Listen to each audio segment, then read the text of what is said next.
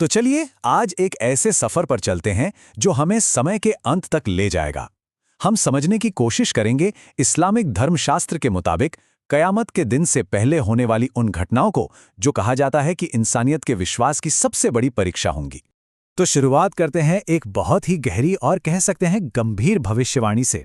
ये पैगंबर मोहम्मद की एक चेतावनी है जो हमें उस सबसे बड़े इम्तिहान के लिए तैयार करती है जिसका सामना पूरी इंसानियत को करना होगा, जिसे दज्जाल का फितना कहा जाता है, यानी सबसे बड़ा धोखा। अब ये कहानी शुरू होती है एकदम रहस्यमयी तरीके से। सोच कर देखिए, एक बहुत दूर किसी अनजान द्वीप से एक ऐसी ताकत आज़ाद होती है जिसे दज्जाल यानी धोखेबाज के नाम से जाना जाता है, और वह आता है पूरी दुनिया को अपने भ्रम में फंसाने के लिए। और जैसे ही वो आता है ना, दुनिया में जैसे एक तूफान सा आ जाता है। हर तरफ बस जंग, नफरत, बेचैनी, ऐसी लहरें उठती हैं कि इंसानियत की बुनियाद ही हिल जाती है। तो दज्जाल करता क्या है, कैसे देता है वो धोखा? देखिए, उसके पास अजीब व गरीब शक्तियां होती हैं। सबसे पहले वो सीधा दावा करता है कि मैं ही तुम्हारा रब हूं। फिर वो मौसम को कंट्रोल करता है, बारिश बरसाना, फसलें उगाना, ताकि लोगों की रोजी रोटी उसके हाथ में आ जाए। और आखिर में वो एक झूठा जन्नत और जहन्नुम दिखाकर लोगों को भटका देता है। और यही उसका सबसे बड़ा जाल है। वो लोगों को खूबसूरत बागों और बहती नदियों वाली जन्नत का सपना दिखाता है, लेकिन सच्चाई यह है कि वो इन्हें बर्बादी और दोज़ख की आग की तरफ खींच रहा होता है। लेकिन जब ये अंधेरा बिल्कुल अपने चरम पर होता है, जब लगता है कि अब कुछ नहीं बचा, तभी उम्मीद की एक किरण दिखती है। यहां से कहानी एक नया मोड़ लेती है जब एक मसीहा उससे टकराने के लिए आते हैं, और वो हैं ईसा इब्ने मरियम। बिल्कुल सफ़ेद चमकते हुए लिबास में वो उतरते हैं। उनका मकसद इंसानियत को दोबारा सच्चाई और इंसाफ के रास्ते पर वापस लाना। और ये जो टकराव है ना, ये कोई लंबी चौड़ी लड़ाई नहीं है। जैसे ही दज्जाल की नज़र ईसा पर पड़ती है, उसकी सारी झूठी ताकत, सब कुछ बिखर जाता है। वो ऐसे पिघलने लगता है जैसे पानी में नमक। इससे एक बड़ी बात समझ आती है कि सच्चाई के सामने सबसे बड़ा झूठ भी टिक नहीं सकता, सिर्फ उसकी मौजूदगी ही काफ़ी है। तो दज्जाल तो खत्म हो गया, लेकिन इम्तिहान अभी बाकी हैं। ईसा को एक फरिश्ता आकर खबरदार करता है कि रुको, एक और तबाही लाने वाली ताकत अब दुनिया पर आने वाली है। ये हैं याजूज और माजूज। इनकी सेना इतनी बड़ी है कि गिनती ही नहीं है। वो हर ऊंची जगह से ऐसे निकलते हैं जैसे कोई सैलाब आ गया हो, और देखते ही देखते पूरी धरती पर छा जाते हैं।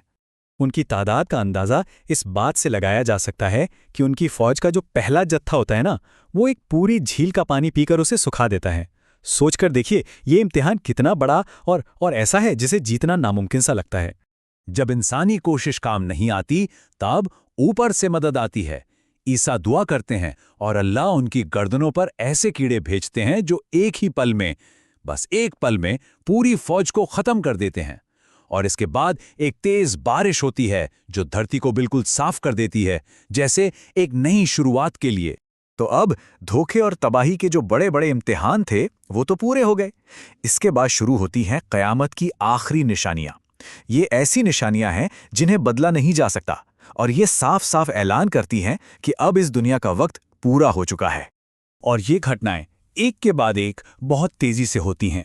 सबसे पहले एक अजीब सा धुआं पूरी दुनिया पर छा जाता है। फिर सूरज पूरब के बजाय पश्चिम से निकलता है, जिसका मतलब है कि अब तौबा का माफ़ी का दरवाज़ा बंद हो चुका है। इसके बाद ज़मीन से एक जानवर निकलता है, 3 बड़े ज़लज़ले आते हैं, और आखिर में एक आग सभी इंसानों को एक ही जगह इकट्ठा कर लेती है। अब ये जो जानवर है ना, दब्बत अल अर्ज़, ये कोई इम्तिहान नहीं है, ये आखिरी फैसला है। इसका काम है हर एक इंसान के चेहरे पर एक निशान लगाना, एक ऐसा निशान जो उनके दिल के ईमान को जाहिर कर देता है, और इसके साथ ही ईमान वाले और बेईमान लोग हमेशा के लिए अलग हो जाते हैं। इस निशान के लगते ही इंसानियत साफ साफ 2 हिस्सों में बंट जाती है। एक तरफ वो जिनके चेहरे रोशन हैं, और दूसरी तरफ वो जिनके चेहरे काले पड़ चुके हैं। बस अब हर किसी की आखिरी मंजिल तय हो चुकी है। तौबा के सारे दरवाजे अब बंद हैं। तो जब आग सबको एक जगह जमा कर लेती है, तब वो आखिरी और सबसे अहम पल आता है। वक्त जैसे थम सा जाता है। हर कोई बस सांसें रोके उस आखिरी पुकार का इंतजार कर रहा होता है। और फिर सूर फूंका जाता है, बिगुल बजता है। ये ऐलान है कयामत के दिन की शुरुआत का। अब हर इंसान के आमाल, उनके काम तोले जाएंगे। हर किसी को अपने आखिरी हिसाब किताब का सामना करना होगा। और ये पूरी कहानी ये हमें एक ही बात याद दिलाती है कि आखिर में सिर्फ सच्चाई और नेक आमाल ही हैं जिनकी कोई कीमत है।